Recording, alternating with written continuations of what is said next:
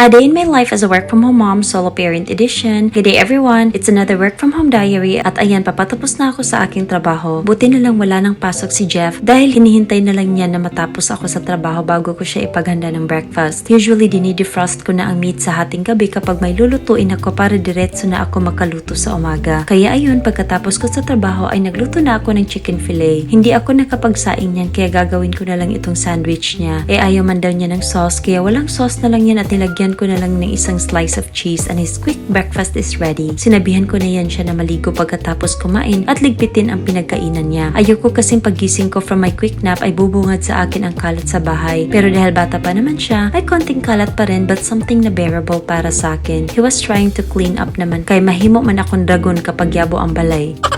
At pagising ko nga, nagluto na ako ng lunch namin at naglaga lang ako ng saging na sakto na ang pagkahinog at naginit ng munggo na sobra kahapon na parami rin talaga ang luto ko at ayaw ko naman masayang ang pagkain. Tapos itong ginamos, naku, ang sarap nito sa saging talaga. Yan lang ang hinanda ko sa lunch dahil hindi pa naman ako gutom. Nagreklamo pa si Jeff niyan pero wala siyang choice at kumain sa handa ko. After lunch ay ayun na nga at time na naman para mag-workout ng konti. Nasa 30 to 45 minutes lang yan because my body started to sore from my last workout. And if there's no pain, no gain, kaya agwanta talaga tayo nito. We cannot see an immediate result but slow progress is still a progress, diba? Sometimes you just really needed to work out to help clear your mind as well. Pinaglaanan ko talaga ng oras to kasi yung 30 minutes minsan nauubos ko lang yun sa kakascroll sa social media. I was setting this goal pa naman to lessen my screen time rin. And of course, maliligo na tayo niyan para hindi tayo manimahaw kasi si Cookie, mang atsira ba din kapag hindi niya bet yung amoy ko? Mura talaga siyang hindi baho pod.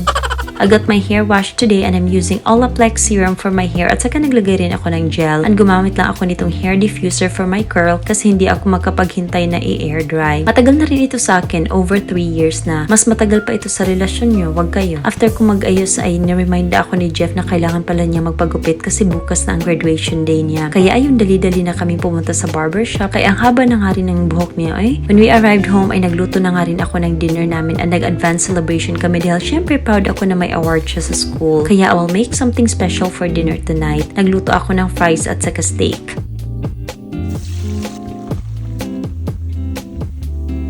Napakaganda ng marbling ng steak and bought this at S&R so I was expecting a good quality rin. Malaki rin ito kaya isa lang ang binili ko. I seasoned it with salt and pepper, then seared it in a pan with olive oil, butter, garlic, rosemary na mailap hanapin.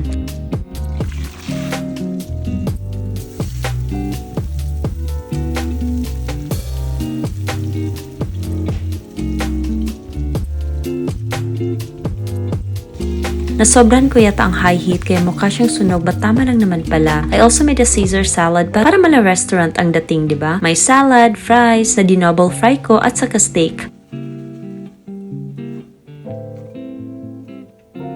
I was so excited dahil matagal na rin kaming hindi nakapag-steak dito sa bahay.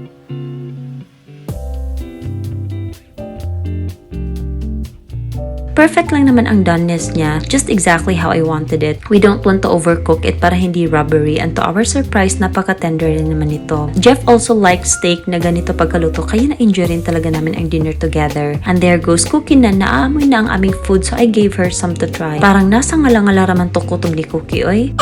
After dinner, we had some cheat snack na chocolate ice cream and I love this ice cream from Blue Bunny. We had Rocky Road and enjoyed the rest of the night watching a movie. Pero hindi ko tinapos kasi syempre priority ko ang makapagpahinga rin kaya maaga na rin akong bumalik sa kwarto to get unready. Let's call it a day and thank you so much for watching. Bye!